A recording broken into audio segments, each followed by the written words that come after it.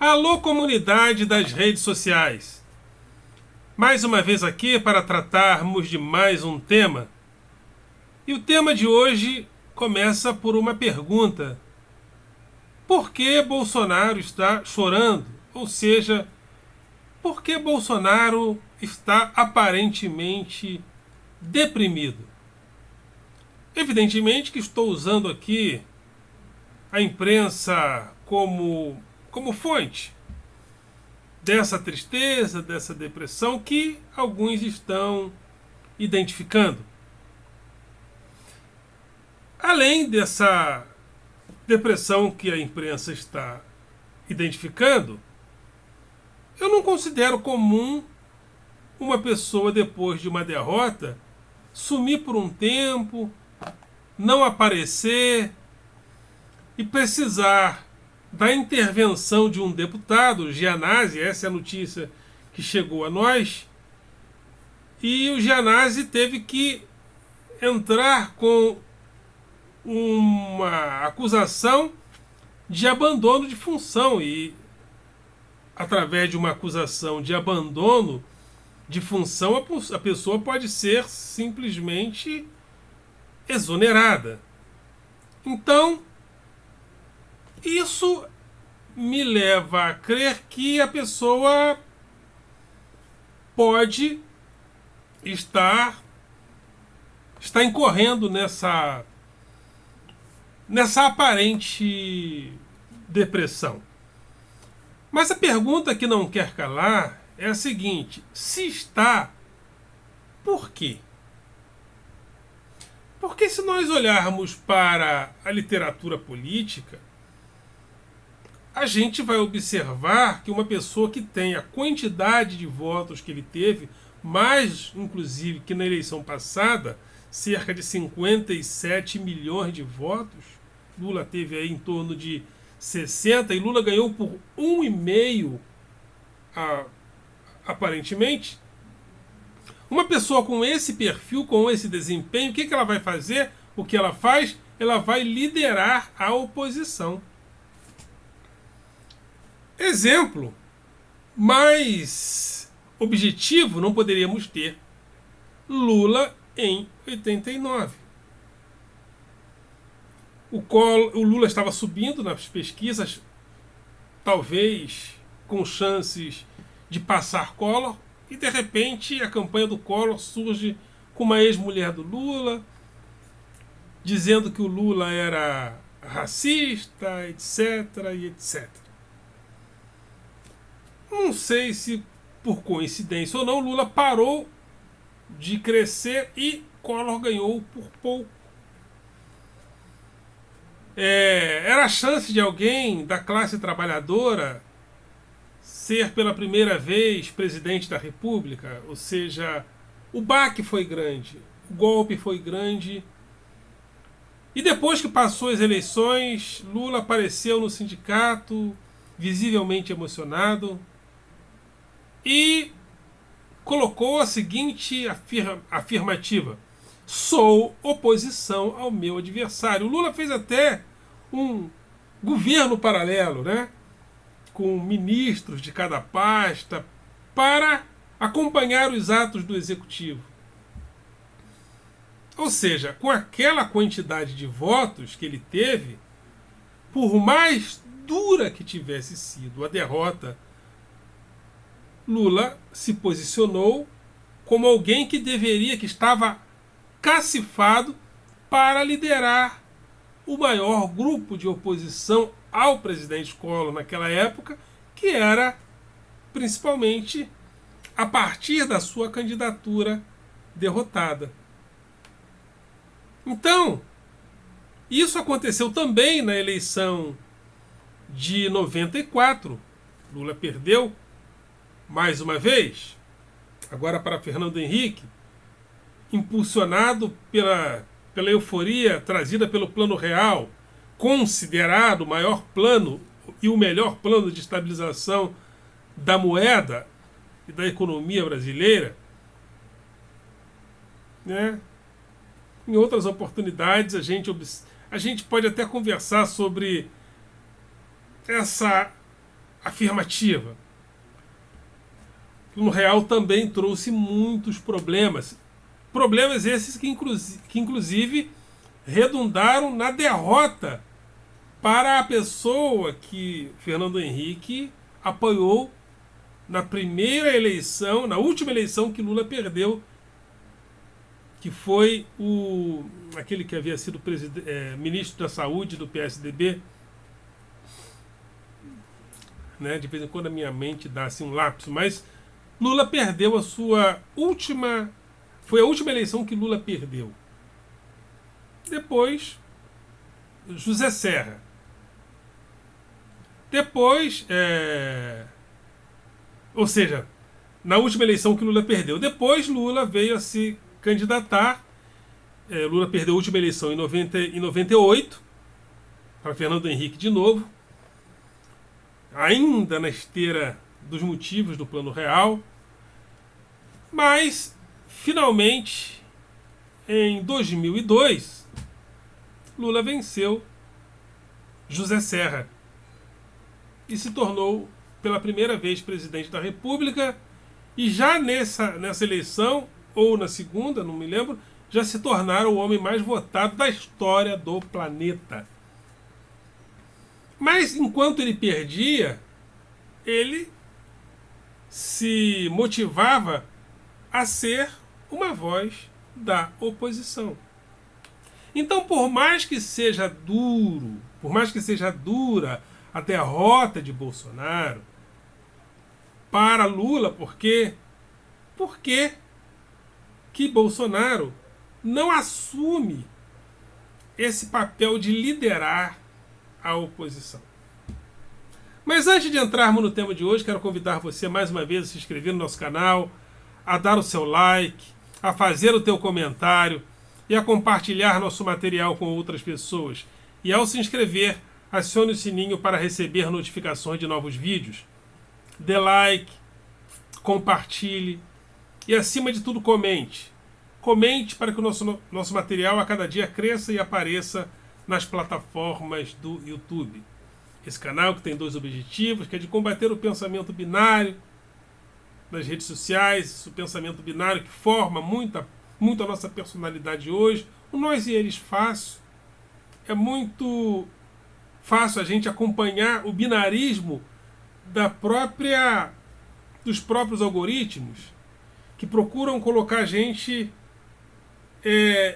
em nichos de consumo, e nesses nichos de consumo também somos consumidores de plataformas políticas.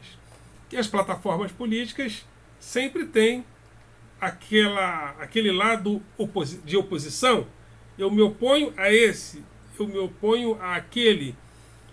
E a gente acaba assumindo esse comportamento maquinal de ter que ter um inimigo para chamar de seu. Aliás, quem fez mais isso com maestria foi o próprio bolsonarismo. Sempre tinha que ter um inimigo. O bolsonarismo ele não cresce e aparece por construir, e sim por destruir. Eu sou contra isso, eu sou contra aquilo. E Bolsonaro venceu a eleição do contra, né? E desde as passeatas de 2013, esse movimento foi crescendo, esse movimento de que eu sou contra tudo, eu protesto. E também orientado pela luta contra a corrupção, e aparece o Sérgio Moro como uma espécie de super-herói anticorrupção. E nessa luta anticorrupção, Bolsonaro aparece dizendo que é contra tudo. Até hoje eu não sei do que ele é a favor, mas que ele é contra tudo, ele é contra tudo. Então esse binarismo acabou fazendo com que a gente ficasse cada vez mais binário, principalmente com a presença do Bolsonaro. Então, esse canal também tem o objetivo de ampliar, de abrir as páginas do mundo para que a gente possa ler o mundo para além desse binarismo. Esse canal também tem o objetivo de convidar a classe dos professores para participarmos do debate público. Professores, vamos para o debate público. Não nos conformemos com o papel de o tio, né? O professor eternamente como o tio, né? Como a babá de luxo, que cuida das crianças enquanto os pais trabalham ou não trabalham, enquanto a mãe vai para o bar. Tem muito disso também, né? A escola se torna uma espécie de despacho. A coisa é tão séria que teve uma formatura de uma escola há poucos dias. A formatura de uma turma de terceiro ano. Ninguém da família. Sério, ninguém da família. Nenhum familiar na turma. Os alunos ali, com alguns professores. E a família? Ninguém. Então percebam, a escola é uma espécie de despacho. Os alunos são despachados para não perturbar em casa. E o professor orientado a ser uma espécie de babá de luxo. Então, professores, vamos para o debate público. É isso aí. Vamos a retornar ao tema. Então a depressão de Bolsonaro, ou seja, a tristeza, a gente até entende. Mas qualquer pessoa normal, com a quantidade de votos que ele teve, vai o quê? Liderar. Mas aí é que entra o problema. Liderar como? Nunca liderou absolutamente nada. Vai liderar como? Vai liderar o quê? Nunca apresentou projetos de lei na Câmara dos Deputados porque não sabe negociar. Sempre foi do contra. Eu sou contra isso, eu sou contra aquilo. Mas agora chegou o momento de liderar a oposição. Liderar como agora? Então talvez por isso também só reste a depressão. Talvez por isso também só reste a depressão. Outro erro do governo Bolsonaro foi apostar tudo em um lugar só, ou em alguns lugares comuns. Se eu tenho uma grande quantidade de dinheiro, é aconselhável que eu não coloque tudo em um único investimento. Porque se eu colocar tudo em um único investimento, se aquele investimento minguar, se aquele movimento explodir, estourar, ou seja, se ele desaparecer, eu perco toda a minha fortuna. Então o Bolsonaro apostou tudo, todas as suas fichas no antipetismo. Sob a escaramuça de um mito. E o que é um mito? Um mito é uma narrativa.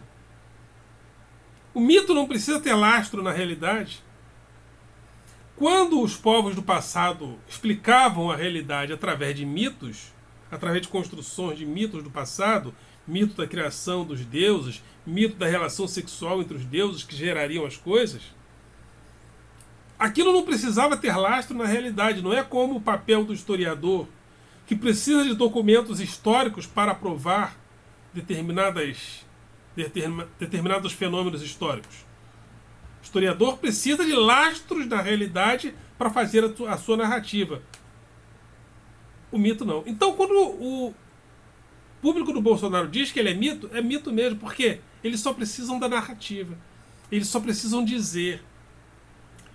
E eles não têm a noção, eu percebo isso, de que mito é uma peça publicitária, não é a realidade. Lula, pai dos pobres. Eu sei que isso é uma propaganda de peça publicitária que simboliza benfeitorias feitas por Lula que alcançaram pessoas mais carentes. Mas Lula, pai dos pobres, a gente tem uma noção exata de que isso é uma peça publicitária. Se a gente não entender que isso é uma peça publicitária, a gente deixa de praticar a neurose para praticar a psicose. Qual a diferença? A neurose, segundo o próprio Freud, ela é da vida. Nós temos os nossos recalques E esses recalques, eles ficam guardados nos lugares obtusos, que Freud chamava de consciência, e nós depois vamos reproduzindo neuroticamente e construindo valores através dessa falta. E a linguagem nós usamos para fraturar a realidade, para organizar a realidade, inclusive para escamotear essa realidade que está no inconsciente, que só pode, segundo Freud, ser desvendada através da terapia. Mas a psicose, na psicose, a realidade fala a nós. Na realidade, essa lâmpada não é uma lâmpada, a lâmpada fala a mim, a lâmpada se comunica a mim. Então, na psicose política, os indivíduos criam a ideia de mito, entendem que o mito fala a eles, fala a elas, e as pessoas estão, muitas delas, entrando agora em surto psicótico. E eu imagino que o próprio Bolsonaro tenha acreditado demais nessa onda toda. E a exemplo do seu gado que está na porta dos quartéis, gritando, urrando, esteja entrando também numa espécie de surto psicótico e político. É um surto psicopolítico que se dá através da psicose. E o que é a psicose? É quando nós deixamos de fraturar a realidade com a linguagem e agimos como se a realidade falasse a nós. A lâmpada fala a mim. A ideia de mito que eu criei fala a mim porque ela é real. Ela não é apenas uma peça publicitária.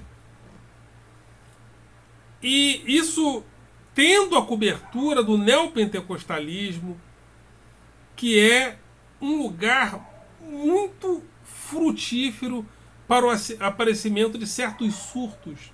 Eu já acompanhei vários surtos, porque já frequentei muitas igrejas, inclusive neopentecostais, vários surtos. Das pessoas esperarem um dia derradeiro da transformação dos corpos e o dia não chega. E alguns, porque o dia não chegou, entrou em surto. Então, uma outra característica do governo Bolsonaro é essa, o messianismo.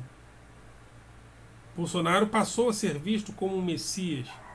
Há até quem viu versículos da Bíblia que dizia que Jair reinou por tantos anos. Esse Jair era um rei, ou Geir, mas aí já interpretaram como Jair. Então Jair teria que reinar por um certo tempo porque está na Bíblia.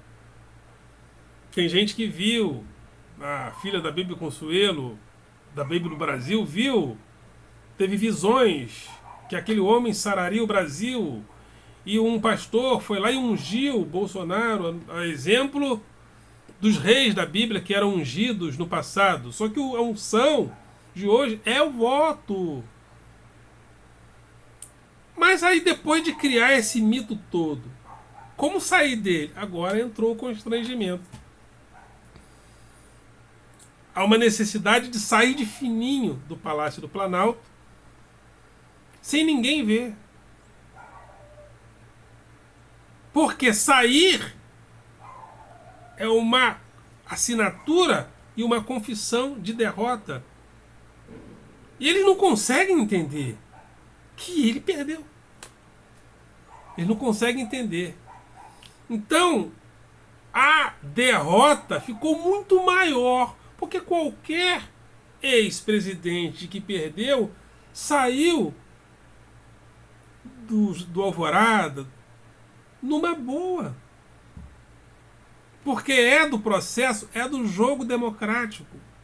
Eu nunca vi uma saída de presidente da casa oficial com esse alarde todo, porque ele criou isso. Agora, como vai sair? Como vai explicar para o gado que ele está saindo? E o exército não vai se meter? Então, olha que situação criada pelo Bolsonaro. Porque o mito é um mito. O mito perdeu?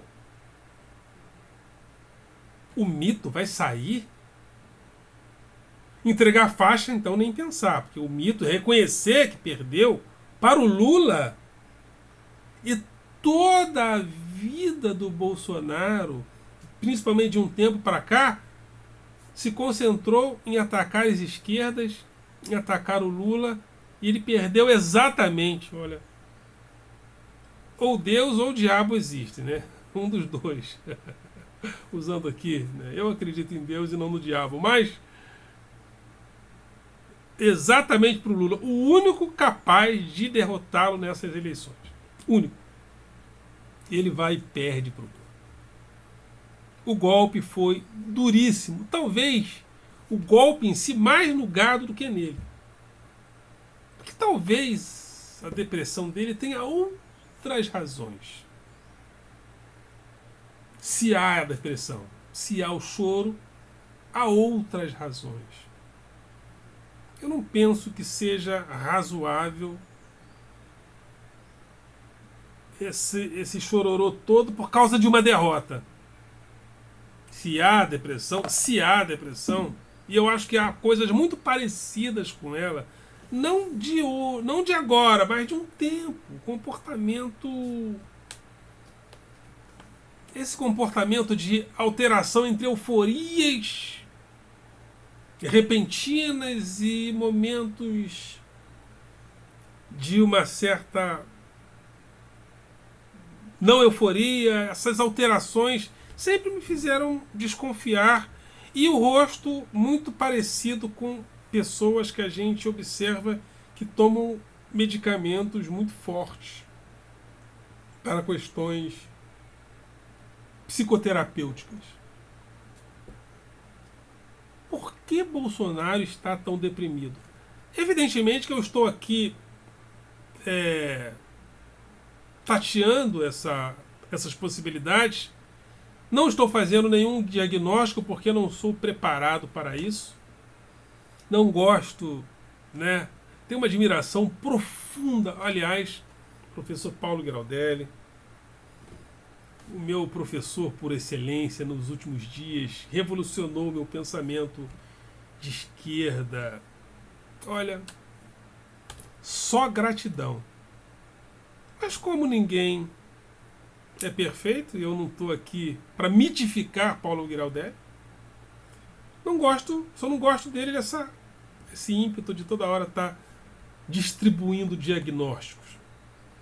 Não acredito que ele seja a pessoa mais adequada para isso, mas estou aqui fazendo uma crítica para não parecer também puxa-saco, né? Faço vários elogios aqui, mas não é mito, é o professor, aliás, que eu reputo todo o meu respeito. Mas não gosto desse ímpeto de toda hora estar distribuindo diagnóstico aqui, diagnóstico ali, é maluco aqui, é louco dali, porque senão eu baseio o meu argumento também sempre na loucura de alguém, sempre na maluquice de alguém. Eu não gosto. Mas é um método que eu, por ser ele, essa grande figura da intelectualidade, eu reputo todo o respeito. Mas não uso desse método de ficar distribuindo diagnóstico. Se já fiz, desconsidere. Mas é isso aí. Por que toda essa depressão?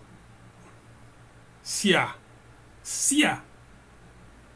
Mas que há tristeza, isso é evidente. Que houve o desaparecimento também por essa tristeza profunda, isso é evidente. Até que ponto isso é só uma tristeza ou de fato é uma questão clínica de depressão mesmo, aí já é uma outra coisa. Desconfio que sim. Mas queria ver a colocação mais específica de quem é da área, né? E não sei se quem é da área faria diagnósticos públicos a respeito disso. Nós fazemos como pensadores em relação ao que observamos. Mas nem creio que seja ético alguém da área apresentar, fazer um divã de corpo ausente de uma pessoa. Mas a gente aqui vai tateando porque usamos de outros métodos que é o método reflexivo filosófico. É isso aí, pergunta que não quer calar: por que Bolsonaro, se estiver deprimido, está deprimido? Ok, galera? Voltamos em outro vídeo com mais bate-papo. Ok, galera? Vocês são do coração.